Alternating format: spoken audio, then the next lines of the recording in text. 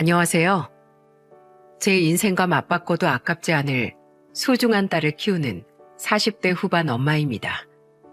요즘엔 물가가 빠르게 치솟아 내 집 마련하는 게 서민들의 꿈인 세상이라죠. 사는 데는 돈이 다가 아니라지만 삶을 영위하기 위해 돈이 필요한 건 부정할 수 없는 사실인 것 같아요.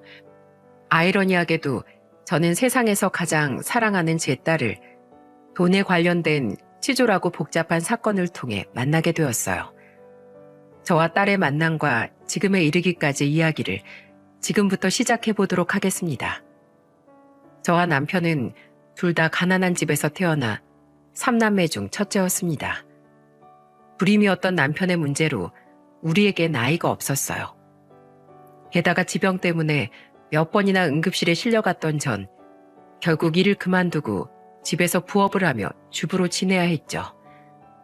남편 또한 샤시 공장을 다니며 벌이가 많지 않았기에 우린 형편이 넉넉지 못했어요.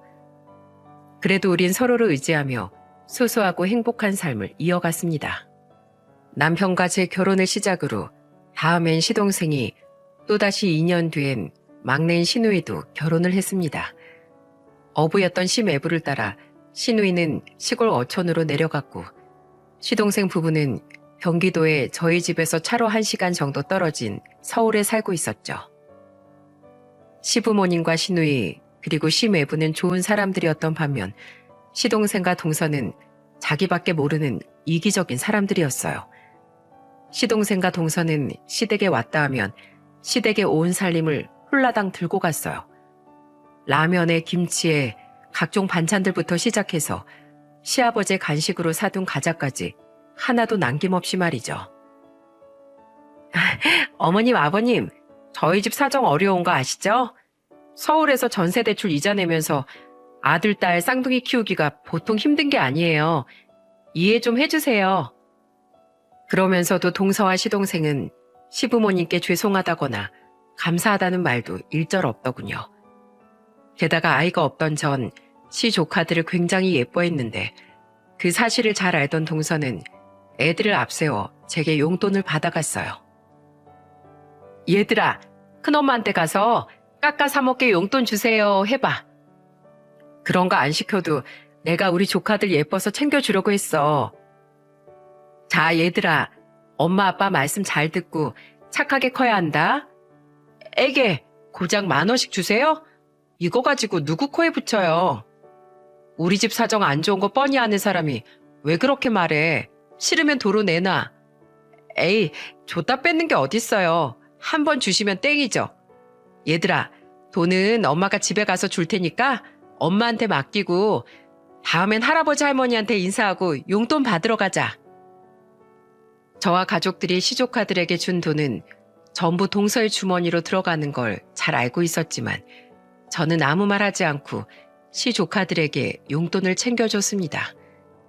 어차피 시조카들을 위해 쓸 돈이라는 걸 알고 있었으니까요. 그렇게 소소하게 욕심을 부리는 건 가족이니 어느 정도 귀엽게 받아줄 수 있었습니다. 하지만 어느 명절날 시동생은 술에 취해 그만 선을 넘고 말았죠. 어머니 아버지, 사는 게 너무 팍팍해요. 자식들한테 집도 하나씩 못 해줄 거면 왜 자식을 셋이나 낳으셨어요? 매번 집주인 눈치 보느라 집에 못 하나도 제대로 못 박는 내 집 없는 서름을 제가 언제까지 겪어야 하냐고요. 금수저 못 돼도 적어도 동수저는 입에 좀 물려주셨어야 되는 거 아닌가요? 하고 많은 수저 중에 흙수저가 뭐예요, 흙수저가. 시어머니는 시동생의 말을 듣고 눈물을 흘리시더군요. 저는 시어머니를 꼭 안고 달래드리기 바빴고 당시 일찍 잠에 드셔서 자리에 계시지 않던 시아버지 대신 남편은 시동생에게 크게 화를 냈습니다. 그 입 안 닥쳐? 부모님이 사지육시 멀쩡하게 낳아주고 길러주신 것만으로도 감사할 줄 알아야지. 어따 대고 어머니한테 술주정이야? 네 애들 앞에서 망신당하고 싶지 않으면 찬물 먹고 정신 차려. 한마디만 더 하면 아예 그물 너한테 끼얹어 버리라니까. 그런데 그렇게 자기 집을 가지고 싶다고 노래를 부르던 시동생과 동서는 어느 날 아주 기함할 만한 일을 벌이고 말았습니다. 혜연아, 할머니 할아버지께 인사드려. 시동생과 동서는 대뜸 6살짜리 여자애를 입양했다며 시댁에 데려와 인사를 시키더군요. 자리에 없던 시누이 부부를 제외한 모든 시댁 식구들은 놀라움과 당황스러움을 감추지 못했어요. 시어머니는 시동생 부부에게 입양을 결정한 이유를 물으셨는데 돌아온 동서의 대답에 온 식구들은 더더욱 경악을 금치 못했죠. 먹고 살기 힘들다고 매번 징징대던 애들이 쌍둥이까지 있는 마당에 또 막내를 입양했다고? 도대체 왜? 요샌 아무리 뼈 빠지게 돈 벌고 모아도 절대 부자가 될 수 없는 세상이잖아요. 요즘 세상에서 잘 먹고 잘 살려면 머리를 좀 써야겠더라고요. 전공법으론 절대 서울에 내 집 하나 건사 못하니까요. 다들 요새 청약테크라고 불릴 만큼 아파트 청약이 떼돈 버는 길인 거 아시죠? 근데 괜찮은 매물은 당첨되기가 하늘의 별 따기더라고요. 그래서 좀 알아보다가 제가 아주 기가 막힌 방법을 찾았다니까요. 일반 청약보다 경쟁률이 훨씬 낮은 청약 특별 공급 중에 애 셋 이상인 다자녀 가구를 대상으로 나오는 물량이 있는데 우린 애가 둘이잖아요. 그래서 애를 입양해서 머리수를 딱 맞춘 거예요. 뭐? 너희들 제정신니? 그런 일로 무책임하게 애를 입양했다고? 그래, 동서. 아무리 생각해도 이건 아닌 것 같아. 애가 무슨 물건도 아니고 지금 이게 무슨 짓이야? 부정적인 방법으로 청약을 노리는 사람들이 있다곤 들었지만 실제로 그런 사람을 보는 건 처음이었어요. 게다가 주소지를 옮긴다거나 하는 방법도 아닌 한 생명의 인생을 고작 그런 이유로 좌지우지했다니 제 머리론 도저히 이해가 가지 않았습니다. 시부모님과 우리 부부는 말도 안 되는 일이라며 시동생과 동서를 나무라기 시작했는데 오히려 시동생과 동서는 뻔뻔하게 더 큰 목소리로 소리치더군요. 오히려 우리가 고아인 얘를 구제해 준 거죠. 우린 얘의 덕 보고 얘는 가족이 생기고 서로 윈윈이잖아요. 어머니랑 아버지는 우리 집 사는데 10원 한 장 보태주실 능력도 안 되면서 우릴 격려해주지 못할 망정 왜 우릴 비난하세요? 이유야 어찌됐든 애한테 잘해주기만 하면 되는 거 아니에요? 다들 그렇게 손 놓고 멍청하게만 사니까 가난하게 사는 거라고요. 두고 보세요. 우린 꼭 떵떵거리면서 살 테니까. 낯선 어른들의 고성이 오가는 모습을 보며 그 애는 혼자서 덜덜 떨고 있더군요. 그 모습이 너무 안쓰러웠던 저는 아이 옆에 쪼그려 앉아 아이를 안심시켜주려 노력했죠. 괜찮아. 무서워하지 않아도 돼. 너무 무서우면 손 잡아줄까? 제 말에 아이는 잠시 머뭇대더니 작고 고사리 같은 손을 제 손바닥 위에 올리더군요. 작은 손을 꼭 잡는데 뭐라고 말할 수 없는 감정이 뱃속에서 뭉클거리더라고요. 끝내 시동생과 동서는 아이의 입양을 무르지 않겠다며 아이를 데리고 집으로 돌아갔습니다. 동서의 손을 꼭 붙잡고 차에 타던 아이의 뒷모습을 보며 기왕 벌어진 일이니 부디 시동생과 동서가 그 애를 자식들과 차별 없이 키워주길 간절히 바라보았죠. 그리고 놀랍게도 애를 입양한 지 몇 개월이 지났을 때 동서네는 정말로 아파트 청약에 당첨이 되더군요. 시댁 모임날 동서는 하루 종일 호들갑을 떨었어요. 역시 그때 애를 입양했던 건 신의 한 수였다니까요. 요즘 집값 오르는 추세를 보면 적어도 좋게 1억은 오를 테니 우리 완전 땡 잡았다고요. 작은 오빠도 작은 새언니도 참 대단하네요. 애한텐 잘해주고 있나 몰라요. 나중에 아이 이야기를 전해 듣고 기겁을 했던 시누이는 탐탁지 않은 목소리로 제게 귓속말을 했습니다. 시누이의 말을 듣고 저는 그 애를 바라봤는데 그 애는 쌍둥이 언니 오빠와 전혀 어울리지 못하고 겉돌고 있더군요. 저리 가. 너 자꾸 우리 노는데 끼지 말라고 했지? 고아 주제. 그 애를 밀쳐내는 시조카의 말을 들으니 평소 그 애가 어떻게 지냈을지가 머릿속에 그려지더라고요. 그 모습을 본 저는 애가 너무 안쓰러워 시조카를 나무랐죠. 동생한테 그런 말 하면 안 되지. 혜연이도 엄마 아빠가 같은 엄연한 너희 동생이야. 혜연아, 이리 와. 큰엄마랑 놀자.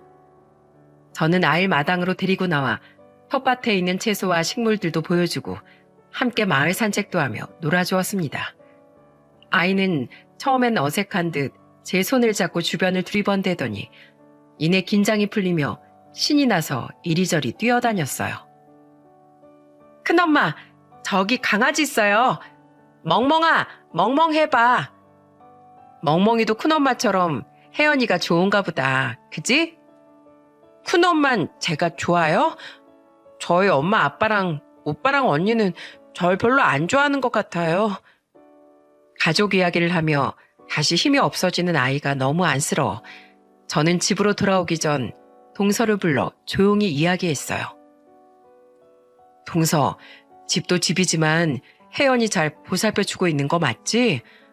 애가 자기 언니 오빠랑 잘 어울리지도 못하고 가족들이 자기를 별로 안 좋아한다고 생각하는 것 같아서 마음이 영 안 좋네. 애 좀 잘 챙겨줘. 잘 챙겨주고 있어요. 씻기고 먹이고 얼마나 손이 많이 가는데요. 애가 워낙에 내성적이어서 가족이랑 잘 못 어울리는 것 뿐이에요. 저희의 일은 제가 알아서 할 테니까 신경 쓰지 말아주세요, 형님. 동서는 아니라고 말했지만 저는 계속해서 그 애에게 마음이 쓰였어요. 그래서 가족 모임 때마다 저는 다른 시조카들보다 유별나게 그 애를 챙겨주었는데 그 애 또한 저에게 마음을 열었는지 저만 보면 제 옆에만 꼭 붙어 있더라고요. 저는 그렇게 그 애와 차츰 정이 들어갔죠.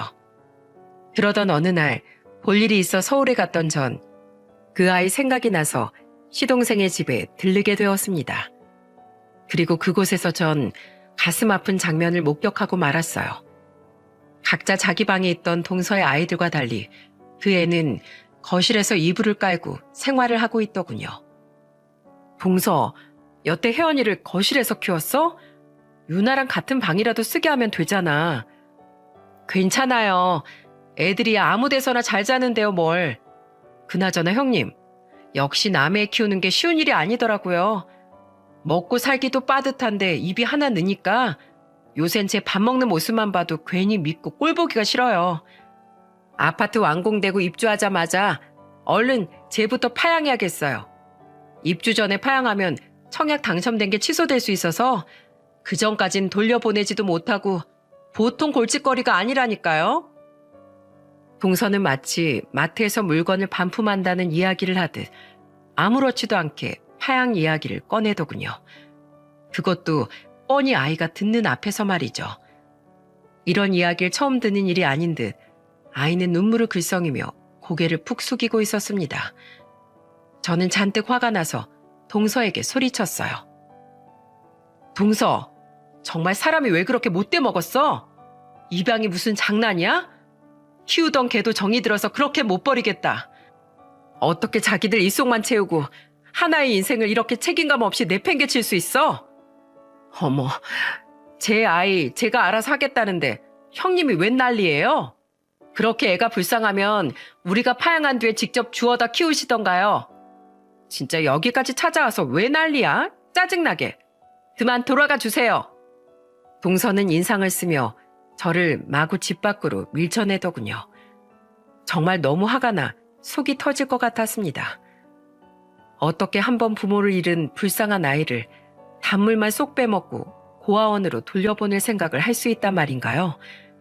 물론 더 이상 부양 의사가 없는 부모 아래에서 억지로 자라게 하는 것도 아이에게 못할 짓이라는 걸 알지만 그걸 아무렇지도 않게 생각하는 동서의 이기적인 심보는 도저히 용납할 수가 없더라고요.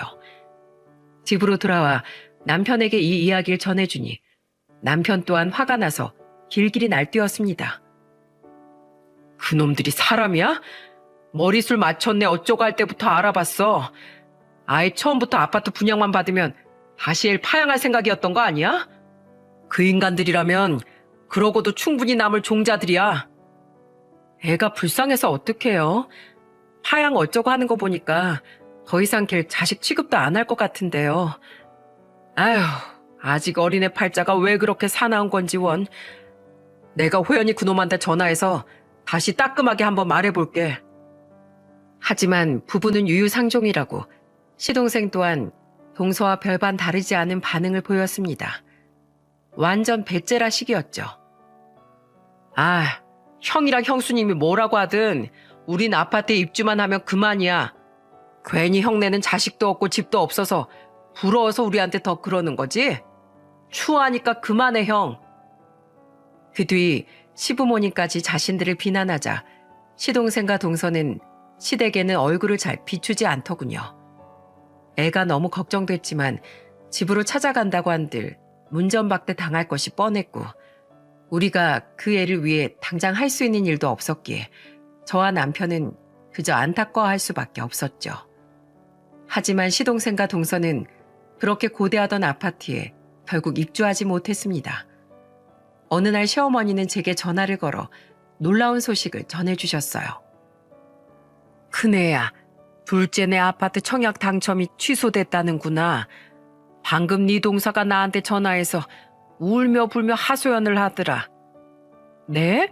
갑자기 왜요? 에휴, 그 못된 것들이 아주 처음부터 혜연이를 청약 당첨되면 파양할 목적으로 데려왔다더구나.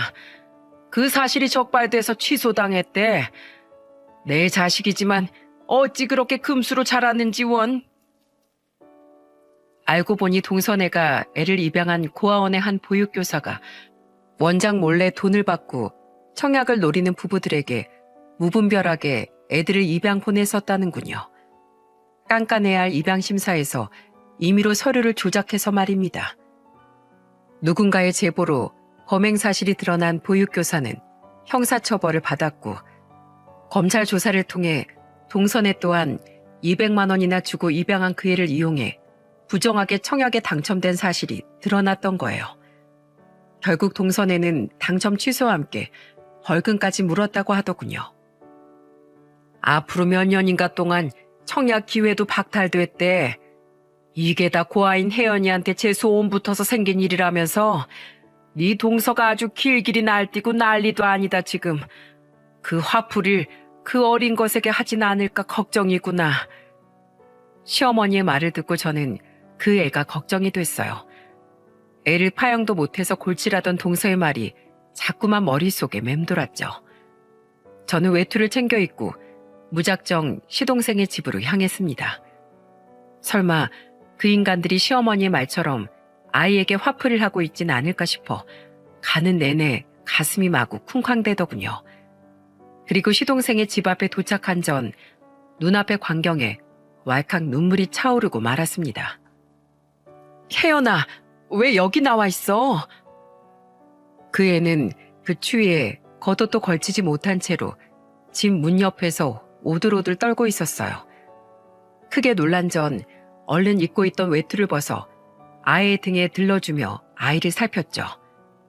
아이는 저를 보더니 울음을 터뜨리며 제게 안겼습니다. 큰엄마, 엄마가 집에 못 들어가게 해요. 저한테 막 물건들을 던지다가 꼴도 보기 싫으니까 앞으로 저 알아서 혼자 살래요. 큰엄마, 저 다시 고아원으로 돌아가야 돼요? 저 가기 싫어요. 엄마 아빠도 무섭지만 원장님도 너무 무섭단 말이에요. 아이는 거의 숨이 넘어갈 듯 꺽꺽대며 울더군요.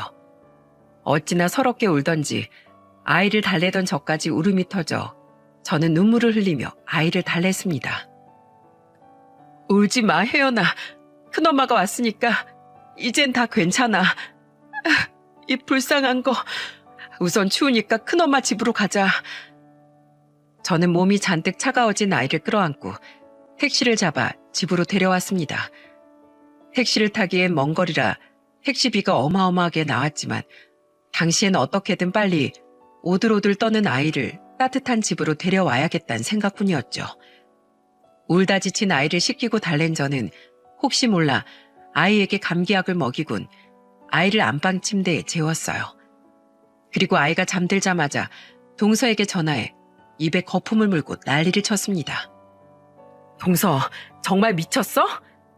이 겨울에 애를 맨몸으로 집 밖에 내쫓으면 어쩌자는 거야? 밖에 얼마나 오래 있었는지 아무리 애 몸을 녹여도 한기가 안 가시더라. 청약이 물 건너갔으니 이젠 애가 어떻게 되든 상관없다 이거야? 애 보낼 때 보내더라도 애를 이렇게 막대하면 안 되지. 내가 안 가서 애한테 정말 큰일이라도 생기면 어쩔 뻔했어? 진짜 지겨워 죽겠네요. 그래서 뭐 어쩌라고요? 제가 남의 집 일에 제발 신경 끄라고 계속 말하지 않았던가요? 형님이 뭐라고 하던 우린 걔 파양할 거니까 형님이 그렇게 싸고 도는 걔를 데려다 키우던가 말던가 알아서 하세요. 진짜 재수없게 혼자 더럽게 착한 척이야. 퇴근 후 아이를 데려온 자초지종을 들은 남편은 크게 분노하며 그 저녁에 시동생의 집으로 달려가더군요. 그리고 한참 뒤 집으로 돌아온 남편은 잔뜩 상기된 얼굴로 제게 이렇게 말했죠. 개자식, 내가 그런 놈 형이라는 게 창피해서 견딜 수가 없어. 내가 재수 씨한테 어떻게 애한테 그런 짓을 할 수 있냐고 따졌더니 호연이 그놈이 나한테 대들더라. 자기 아내가 뭘 잘못했냐면서 말이야. 까놓고 말해서 자기가 자선사업가도 아닌데 더 이상 득볼 것도 없는 마당에 왜 그 애를 먹여주고 재워줘야 하니? 어차피 쫓아낼 거 하루라도 빨리 쫓아내야 밥값이라도 아끼지 않겠냐는데 어떻게 인두껍을 쓰고 그런 생각을 할 수가 있어? 아직 8살밖에 안 된 저 앤 무슨 죄냔 말이야. 너무 화가 나서 나는 더 이상 널 안 보겠다고 말하고 나와버렸어. 아, 정말 돈이 무섭다 무서워. 얘는 또 어떻게 해야 하나? 남편과 저는 잠든 아이의 얼굴을 물끄러미 내려다보았습니다. 퉁퉁 부은 눈을 감고 새근새근 숨을 고르는 아이를 보고 있자니 측은지심이 들기도 하고 뭐라 형언할 수 없는 뭉클함이 느껴지기도 하더군요. 저는 거실로 남편을 불러 조심스럽게 이야기를 꺼냈죠. 혜연이 그냥 우리가 데려다 키우면 안 될까요? 물론 우리 사정이 썩 좋은 편은 아니라서 나도 고민 많이 했어요. 근데 그동안 내가 혜연이한테 정이 많이 들었나 봐요. 저 가해온 애를 다시 고아원으로 돌려보낼 생각을 하니 도저히 내키지가 않네요. 우리 아이도 많이 갖고 싶어 했잖아요. 혜연이 우리가 마음으로 낳은 아이라고 생각하고 우리 딸로 키워요. 네? 그래, 나도 가뜩이나 크게 상처받았을 이 어린애를 차마 고아원으로는 못 돌려보내겠다. 돌고 돌아서 우리 품에 들어온 걸 보면 혜연이랑 우리 인연이 보통은 아닌 거겠지. 이후 우린 그 애를 데려오기 위해 생각보다 복잡한 과정을 거쳐야 했습니다. 생각보다 파양이라는 것이 마음대로 할 수 있는 일이 아니더군요.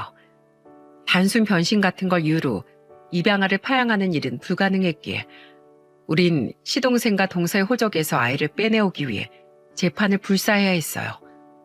시동생과 동서 또한 마음대로 파양이 되지 않던 차에 잘 됐다 싶었는지 순순히 우리에게 협조를 하더군요. 우리는 시동생과 동서가 부정 청약을 위해 아이를 입양한 사실을 내세워 파양 허가를 이끌어낼 수 있었고 이후 입양 과정을 거친 후에야 비로소 아이의 부모가 될 수 있었습니다. 시동생과 동서는 마지막까지 우리에게 이렇게 이죽댔죠. 아주 성인 군자들 납셨네요. 기껏 고아 하나가 뭐라고. 아무튼 뭐 우리한테서 혹 하나 떼어준 건 고맙게 생각할게요. 피차 얼굴 봐서 기분 좋을 것 하나 없는 사이니까 앞으로 웬만하면 서로 얼굴 보지 말자고요. 그 이후 시동생 부부와 우린 거의 남남처럼 왕래 없이 지냈습니다. 신우이 또한 시동생 부부에게 정이 뚝 떨어졌다며 시동생 부부와 인연을 끊었고 간간히 시부모님만 시동생네와 연락을 주고받는 것 같더군요. 나중에 시어머니께 들어보니 시동생 부부는 몇 년간 집 마련을 못하다가 경기도에 있는 구축 아파트를 매매해 이사를 했다고 해요. 곧 그 지역이 재개발이 된다는 정보를 듣고 말입니다. 하지만 이사를 가자마자 재개발은 무산이 되었고 그 뒤 집값은 전보다 더 하락되어 시동생 부부는 그 집을 팔지도 못하고 울며 겨자 먹기로 그 집에서 지내고 있다고 합니다. 그렇게 찝찝거리면서 집 때문에 어린애 가슴에 상처까지 내더니 참 꼴 좋게 됐다고 생각했죠. 저와 남편은 어려운 형편에도 굴하지 않고 최선을 다해 딸을 키웠습니다. 딸의 아픈 사정을 잘 알고 있던 저희 부모님과 시부모님은 저희 딸에게 굉장히 잘해주셨어요. 평생 눈치를 보며 산 탓에 항상 움츠러들어 있던 딸은 매일같이 사랑을 듬뿍 받으며 지내니 날이 갈수록 성격이 밝아지더군요. 엄마, 아빠, 이거 보세요. 저 또 100점 맞았어요. 아이고, 우리 혜연이 누구 닮아서 이렇게 똑똑해? 우리 딸, 누구 딸? 엄마 딸. 혜연이 너 엄마만 좋아하고 아빠 딸을 안 할 거야? 아빠 서운해서 울 거야. 에이, 내가 아빠 세상에서 제일 사랑하는 거 알면서. 엄마 아빠 사랑해요. 딸은 제대로 처음 받아보는 부모의 사랑이 너무 좋았는지 저와 남편밖에 모르는 착하고 순한 아이로 자랐습니다. 게다가 얼마나 똑똑하고 야무진지 친구도 많고 반에서도 항상 1등을 도맡아 하더군요. 하지만 아무리 밝은 모습을 되찾았어도 어린 시절 받은 마음의 상처는 오래도록 딸의 가슴에 남아 있었습니다. 딸이 10살이던 어느 날 딸이 친구와 크게 다툰 일로 제가 학교에 불려가 담임 선생님과 상담을 한 적이 있었어요.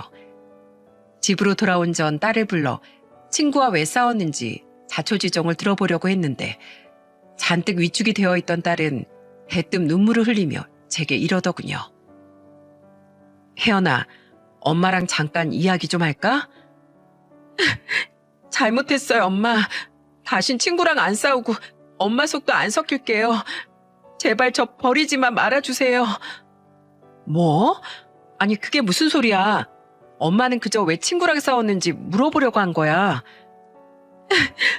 걔가 먼저 제 리코더 가져가서 안 돌려줬단 말이에요.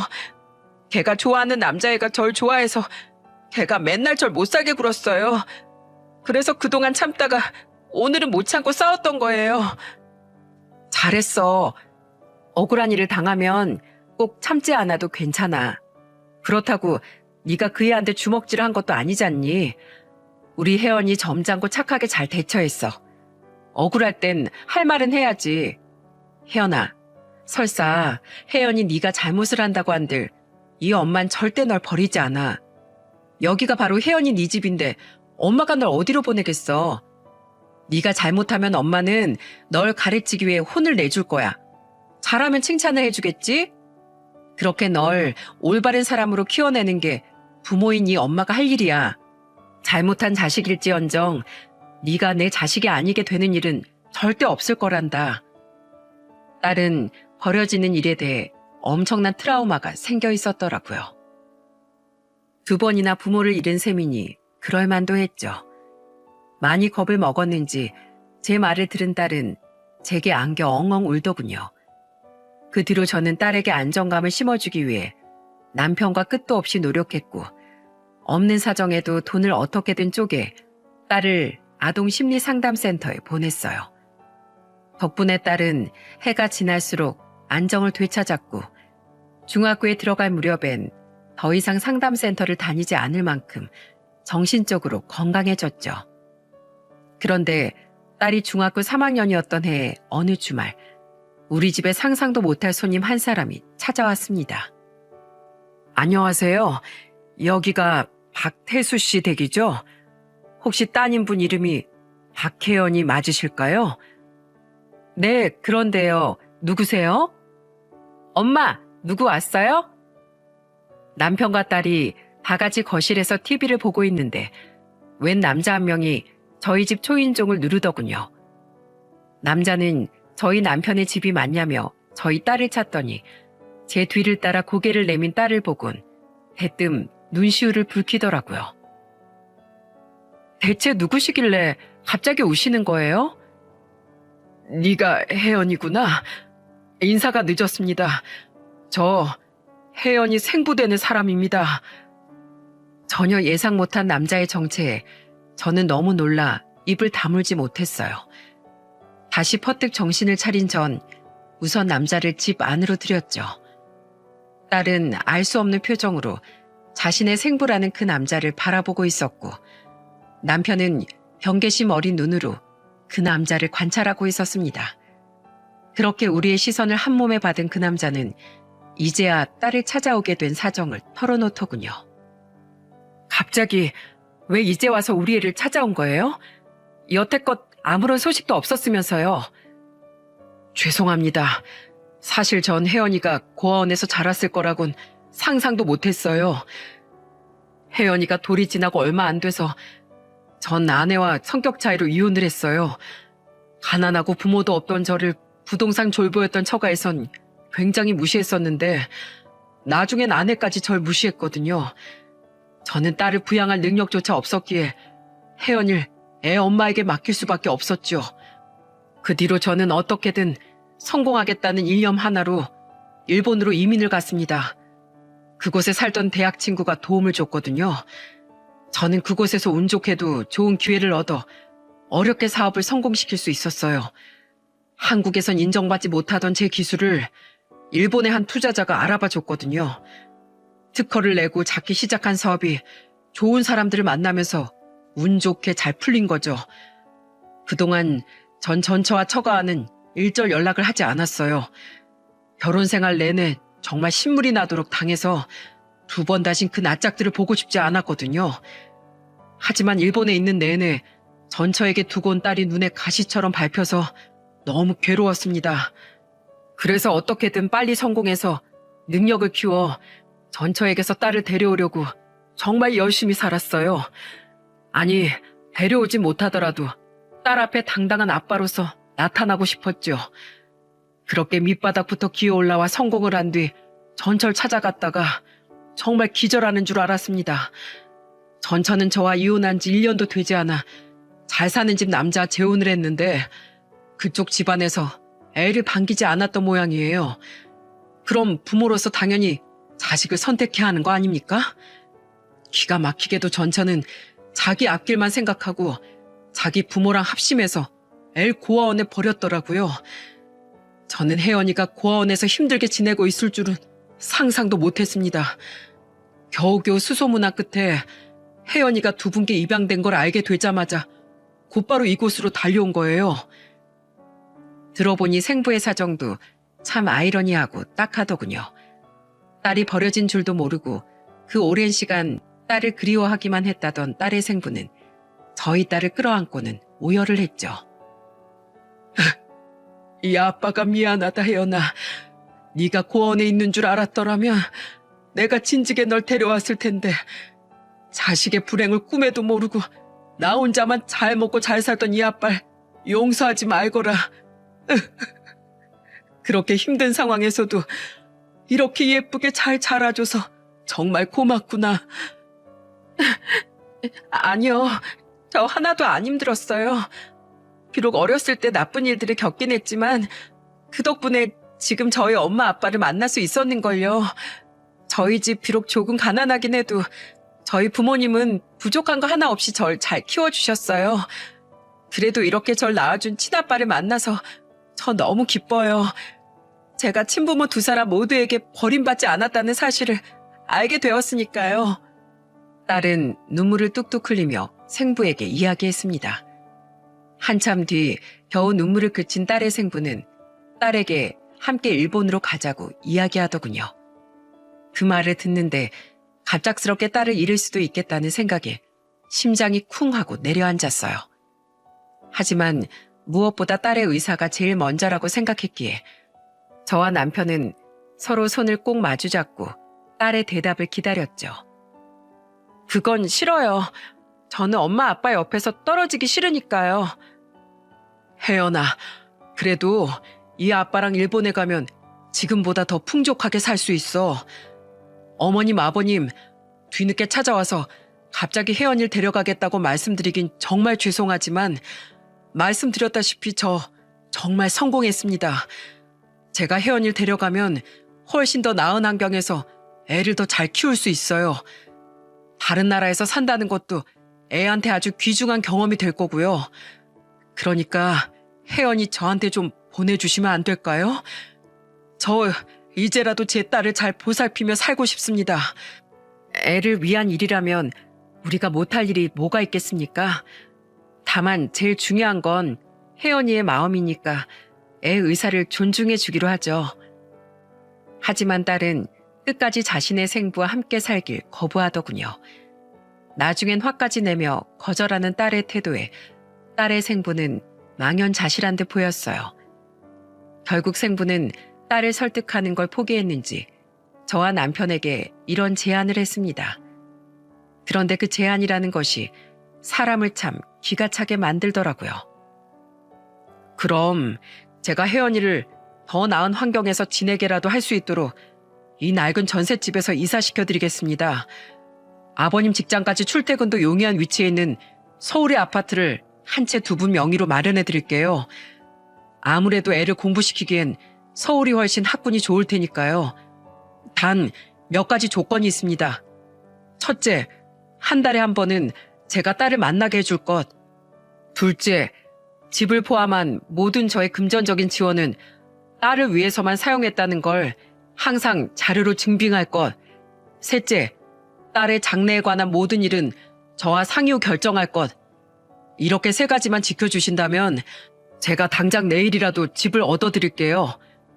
저기요, 지금 우리 부모님한테 엄청 무리하고 있는 거 아세요? 생부가 말을 마치자 딸은 버럭 화를 냈어요. 딸의 생부는 마치 선심을 쓰듯 마치 우리가 자신에게 딸을 빌미로 집을 요구한 것처럼 말하더군요. 그 말을 들으니 딸의 생부에 대한 연민이 싹 사라지더라고요. 우리가 딸을 어떤 마음으로 얼마나 귀하게 키웠는데 이런 대접을 받아야 하나 싶어서 화가 났습니다. 우리가 돈 때문에 혜연이를 키운 것도 아니고 지금껏 좋은 집 없어도 우리 세 식구 잘 살았습니다. 그렇게 비굴하게 들어가야 하는 집 따윈 우린 필요 없어요. 애가 원한다면 한 달에 한 번이든 일주일에 한 번이든 언제든지 만나세요. 근데 평생 얘랑 살지도 않던 사람에게 생부란 이유로 사사건건 아이에 대해 상의하고 보고하고 싶진 않네요. 대체 사람을 뭘로 보고 저딴 것들을 조건이란 이름으로 내건답니까? 돈 때문에 전 처가에서 무시당했다더니 지금 그쪽도 돈으로 우리에게 갑질하는 거 아닙니까? 혜연이 부모로서 너무 기분 나쁘네요. 이만 돌아가세요. 딸의 생부는 단호한 제 말에 당황한 표정이더군요. 저만큼 남편 또한 잔뜩 화가 났는지 남편은 그런 생부를 집 밖으로 내쫓았습니다. 그 남자는 다급히 자신의 명함을 딸에게 건네고는 맥없이 남편에게 쫓겨나고 말았죠. 뭐 저런 사람이 다 있어? 엄마 아빠 누가 뭐래도 난 엄마 아빠 편이니까 기분 상하지 마요. 너무도 불쾌했건만 저와 남편보다 더 크게 화를 내던 딸을 보며 우리는 마음이 조금 풀릴 수밖에 없었어요. 딸은 우리를 무시하는 저딴 친아빠는 필요 없다고 말했지만 어떻게 그러겠습니까? 아무리 우리에게 무리하게 굴었어도 엄연한 아이의 생부이니 앞으로 아이와 어떻게 만남을 가질 건지 우리와 어떻게 교류할 생각인지 물어는 봐야 할 것 같아 저는 몇 날 며칠을 딸의 생부의 명함을 들고 고민을 했죠. 선뜻 연락하기엔 마지막이 좋지 않았기에 망설여졌거든요. 그런데 처음 저희 집을 다녀간 지 며칠 뒤 남편이 직장을 가고 딸은 학교에 간 시간에 딸의 생부가 먼저 다시 저희 집을 찾아왔더군요. 그리곤 저희 집에 들어오자마자 딸의 생부는 굳은 표정의 제 앞에 대뜸 무릎을 꿇더라고요. 왜 이러세요? 저번에 만나자마자 우시더니 만날 때마다 참 사람을 놀래키시네요. 죄송합니다, 혜연이 어머님. 제 생각이 짧았습니다. 두 분이 얼마나 제 딸을 진심으로 키우셨는지 지난 며칠간 사람을 통해 조사를 해서 알게 됐어요. 그전엔 그저 두 분이 한번 파양된 혜연이를 입양했다는 사실만 확인하고 이 집으로 달려왔었거든요. 그래서 두 분이 어떤 분들인지 제대로 알지 못했기에 딸이 걱정되는 마음에 그만 제가 섣불리 무례를 범했습니다. 요즘 돈 앞에선 부모고 자식이고 없는 세상이니 돈에 혹해서 제 딸을 빌미로 두 분이 당연한 듯 저에게 돈을 요구할지도 모른다고 생각했어요. 정말 죄송합니다. 타지에서 사업을 하며 별의 별일을 다 겪다 보니 제가 의심이 너무 많아졌어요. 이젠 두 분이 절대 그러지 않을 분들임을 잘 압니다. 그러니 제가 말한 조건들은 전부 듣지 않은 것으로 생각해 주세요. 두 분께서 원치 않는다면 앞으로 제 딸 앞에 나타나지도 않을 테니 부디 제 딸을 더 나은 환경에서 자랄 수 있게, 그리고 제가 두 분께 고마움을 전할 수 있게 제발 제 마음만은 받아주세요. 제가 이미 좋은 아파트를 봐두었습니다. 제발 부탁드립니다. 자식이 잘 되길 바라는 건 모든 부모의 공통된 마음이 아니겠습니까? 다시 한번 무례를 범해서 정말 죄송합니다. 딸의 생부는 한참 동안 고개를 들지 못했어요. 구구절절 진심 어린 사과를 들으니 그나마 남아있던 불쾌함도 사르르 녹아내리더군요. 저는 여전히 무릎 꿇고 있는 딸의 생부를 일으킨 후 사과를 받아들이겠다고 이야기했죠. 이해합니다. 자식을 위해서라면 어떻게든 돌변할 수 있는 게 바로 부모 아니겠어요? 저와 남편은 딸을 위한 딸의 생부의 마음을 받아들여 아파트를 받기로 했습니다.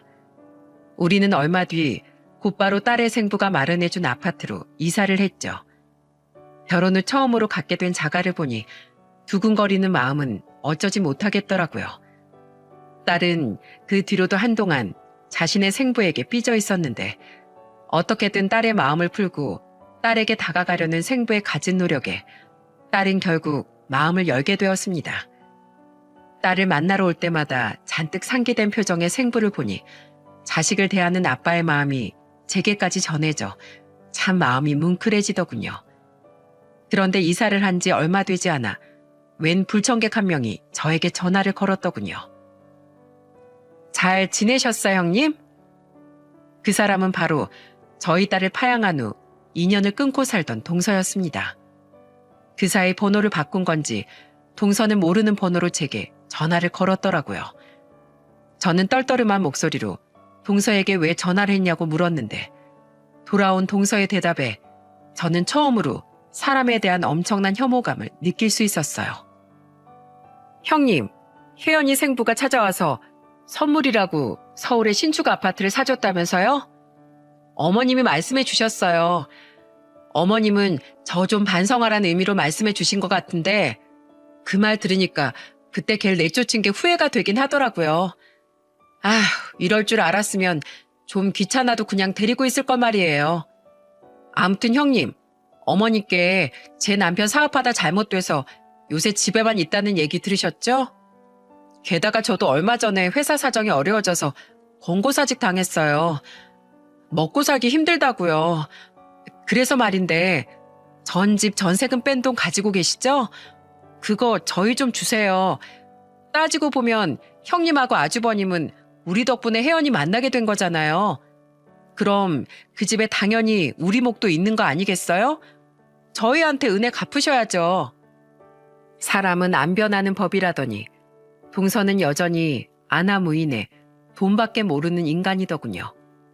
매몰차게 쫓아내버린 애를 빌미로 아직까지 우리에게 돈을 뜯으려 드는 동서의 막장 같은 태도에 화가 난 전 동서가 대꾸할 틈도 없이 할 말을 다다다 쏘아붙이곤 전화를 거칠게 끊어버렸습니다. 은혜 같은 소리 하네. 동서, 한국말 몰라?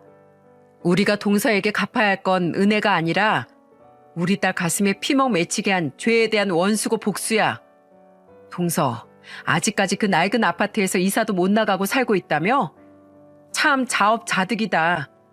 그렇게 돈이 좋으면 자격증을 따던지 부동산 공부를 하던지 해서 정정당당하게 돈 벌어. 엄한 애를 입양했다 파양하는 천벌받을 짓이나 그 애를 빌미로 허무맹랑한 돈을 뜯어낼 생각만 하지 말고. 그러니까 너희들 인생이 아직까지 그 모양 그 꼴인 거야. 또다시 그 입에서 우리 딸 이름 들먹이면서 나한테 연락했단 봐. 그땐 자식을 모욕당한 부모가 눈깔이 얼마만큼 돌 수 있는지 두 눈으로 제대로 확인할 수 있을 테니까. 제발 언젠간 우리 딸한테 한 몹쓸 짓 다른 사람한테 그대로 돌려받길 바래. 내 전화기 썩으니까 2번 다신 나한테 전화하지 마. 참 마지막까지 기분 더러운 인간이었어요. 그날 일을 남편에게 전해주니 남편은 아주 속 시원하게 잘 말했다고 저를 칭찬해 주더라고요. 그런 것들은 언젠간 제대로 임자 만나 호되게 당해봐야 정신 차릴 거라면서 말입니다. 그렇게 2년이 흐른 지금 우리는 여전히 이사 온 집에서 행복하게 잘 살고 있습니다. 고등학생인 딸은 아빠를 둘이나 둔 부모 부자가 되었죠. 이번에 전교 5등 한 거 다음 주에 일본 아빠 오면 꼭 자랑해야지. 딸은 공부에 욕심이 많아 항상 전교 10등 안쪽을 유지하고 있어요. 아무래도 딸의 좋은 머리는 원래 공부를 잘했다던 딸의 생부를 닮은 것 같아 참 다행입니다. 딸의 생부는 일이 바쁜 와중에도 한 달에 한 번은 무조건 시간을 내서 한국에 들어와 딸을 만나고 갈 정도로 딸 바보랍니다. 우리는 그런 생부가 한국에 올 때마다 딸과 더 오랜 시간을 보낼 수 있도록 아예 저희 집에 따로 방을 마련해 두었죠. 때문인지 딸의 생부는 저희 남편과 서로 형님 동생이라고 부를 정도로 우리와 많이 가까워졌어요. 딸의 생부는 저희 집에 올 때마다 딸의 교육비와 생활비에 보태라며 100만 원씩 주고는 합니다. 처음엔 받지 않으려고 했지만 딸을 위해서라는 말을 들먹이니 차마 거절할 수도 없겠더라고요. 그래서 전 그 100만 원을 쓰지 않고 전부 모아놓고 있어요. 나중에 딸이 결혼할 때 결혼 자금에 보태줄 생각으로 말이죠. 저희 시부모님은 동서가 저희 딸을 빌미로 우리에게 돈을 뜯어내려 한 사실을 듣고 시동생 부부에게 오만정이 떨어지셨다고 합니다. 게다가 시동생 부부는 항상 두 분께 뭔가를 요구할 때만 연락을 해댔기에 시부모님은 아예 그 둘과 연락을 끊어버리셨대요. 그렇게 자기들 욕심만 채우며 남에게 피해만 끼치더니 결국 그들은 집도 돈도 가족까지 전부 잃게 되고 만 거죠. 참으로 그들에게 어울리는 초라한 결말이 아닐 수 없었습니다. 저는 앞으로도 저희 딸 눈에 눈물 날 일 없게 사랑으로 딸을 보듬고 지켜주며 살아가려고 합니다. 더 이상 그 어떤 풍파도 충분히 아픈 시간을 견뎌온 저희 딸에게 상처를 낼 수 없게 말이죠. 여러분, 아이를 입양한 순간 그 부모는 아이의 세상 전부가 되는 거라고 생각해요. 저는 제 이야기를 통해 한 생명을 입양하는 일에 대해 많은 사람들이 더 신중해지길 바라는 마음으로 사연을 보내게 되었습니다. 운이 없어 일찍이 부모를 여인 처지가 되었을 뿐 고아인 아이들도 우리와 똑같이 존중받을 권리가 있는 한 사람이라는 사실을 부디 모든 사람들이 잊지 않았으면 좋겠네요. 덧붙이자면 사람뿐 아니라 반려동물을 입양하는 것 또한 한 생명을 책임지는 일이니 부디 모든 사람들이 자신의 이기심으로 입양과 유기를 번복해 한 생명의 인생을 망가뜨리는 일을 저지르지 않기를 간절히 바라봅니다. 그럼 세상의 모든 외로운 아이들이 행복해지는 내일이 오길 간절히 바라며 이만 사연을 마치겠습니다. 감사합니다.